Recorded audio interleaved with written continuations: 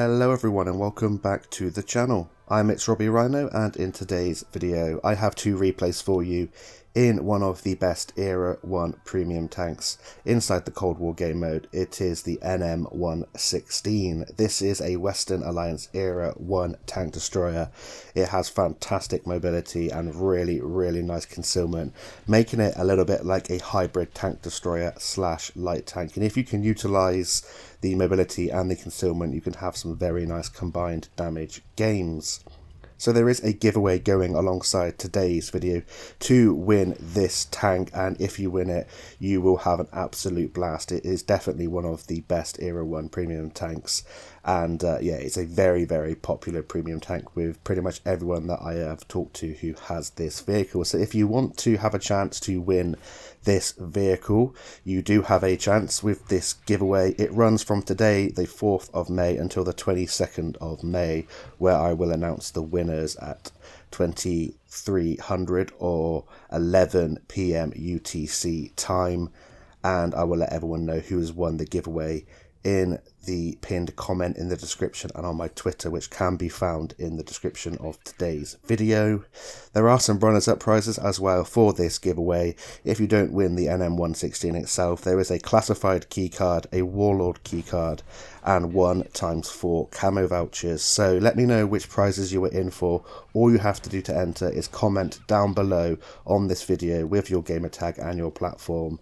Let me know which prizes you were in for, and I will draw the winners on the 22nd of May. So good luck, and to whoever wins this vehicle, you have picked yourself up an absolute gem, and I'll be talking you through why that is in today's video as we watch these two gameplays. I'll start off by talking a little bit about this vehicle and what it has to offer. I'll show you my commander and equipment setup, and then we'll get talking about what's happening in the gameplay and how I like to play this vehicle. So the NM-116 has 1900 hit points, so not too shabby for a tank destroyer with absolutely no armour.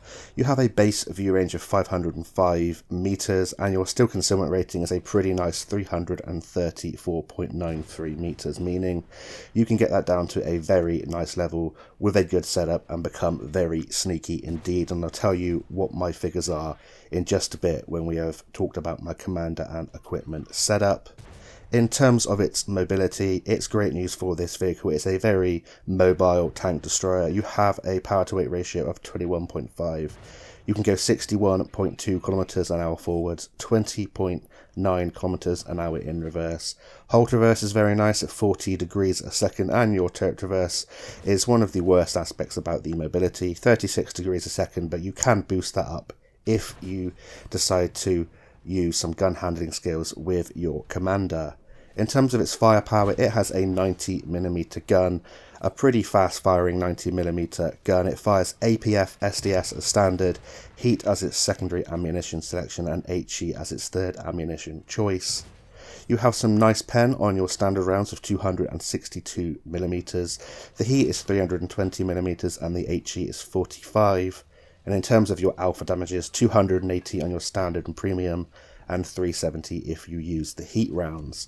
You also have very nice shell velocity on your standard rounds of 1275 meters a second, meaning it's pretty good for sniping at mid to long ranges like we are doing here against this M50 Sherman in the gameplay in the background. And your shell velocity drops to 950 meters a second with the heat rounds, and 750 meters a second if you choose to use the HE rounds and you manage to pen them with that lowly 45mm of penetration.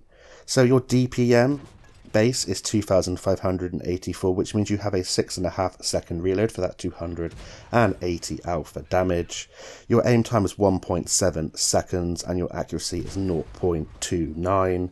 To put that into perspective of how it stacks up to other tanks in Era 1, you are the 8th best DPM out of 43 tanks in Era 1, and you have to consider that some of the tanks that are above it are tanks like the FE 4005, which we're shooting now, using HESH rounds, and of course that is reliant on you penning your HESH rounds, and also tanks that have fast firing guns like the FV107, FV101, and that's if you penetrate with the bad penetration those tanks have. So something to bear in mind, this tank has very nice DPM and you can improve that with your equipment and your commander setup.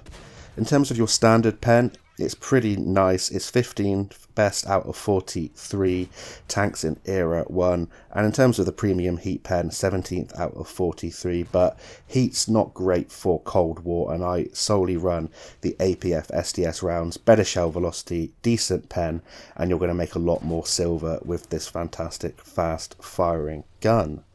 So what commander and equipment setup do I run with this vehicle?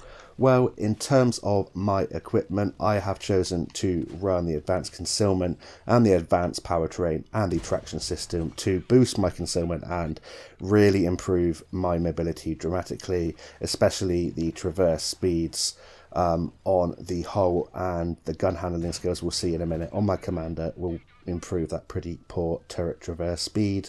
And in terms of my commander skills, it's Sixth Sense, Born Leader, Rapid Loading, Steady Aim, Snapshot, Silent Driving, Camouflage Expertise, Muffled Shot, and Green Thumb. So you can see that I am running all 4 concealment perks. You are a light tank, so Silent Driving has a massive effect on your concealment in a tank destroyer, especially one as already sneaky as the NM-116. 2 gun handling skills to make the gun as accurate as possible. Sixth Sense and Born Leader is standard, and Rapid Loading to help the DPM out. And if you want to know how that affects the base stats of the NM-116, I will tell you what that has changed now. It's boosted my view range from 505 to 526 meters. It's boosted my steel concealment from 334.93 meters down to 122 meters when you are still, which is very, very good indeed. And it's also taken the moving concealment down to 156.76 meters.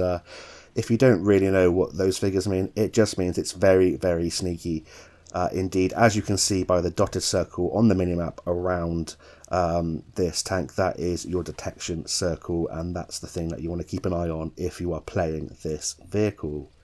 In terms of the mobility, my commander and equipment setup has improved that dramatically because I'm running the advanced powertrain and the traction system, so both pieces of mobility equipment. My power to weight's gone from 21.5 to 22.58 power to weight. I can now go 70 kilometers an hour from 61.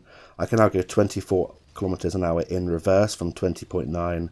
My hold reverse has gone up 4 degrees to 44 degrees a second, and my turret reverse has gone up that 1 degree a second thanks to the gun handling skills from 36 to 37 degrees a second. Lastly, in terms of the gun, DPM's boosted to 3030 from 2584, 5.55 seconds now for 1 shell reload, 1.7 second aim time down to 1.63 seconds, and my accuracy has gone from 0.29, which is pretty decent already, down to a fantastic sniping capability of 0.25. So that's it about the NM-116 and why I absolutely love this vehicle and why it's so powerful. That game there on Pearl River, we managed to finish in the MVP slot in a 7 minutes 32 second battle, picking up 4 kills, 5.1k direct damage, 2.2k assistance, and a lovely profit with or without a premium account, showing you how dangerous this tank is. So that's it for that first gameplay. We're now going to head on into the second gameplay, where I'm going to talk about the NM-116's playstyle and how I like to get the most out of this vehicle. So we are now on Westfield in the NM-116, and I can't think of a better map than Westfield for a very mobile and sneaky tank destroyer that's able to play a little bit like a scout.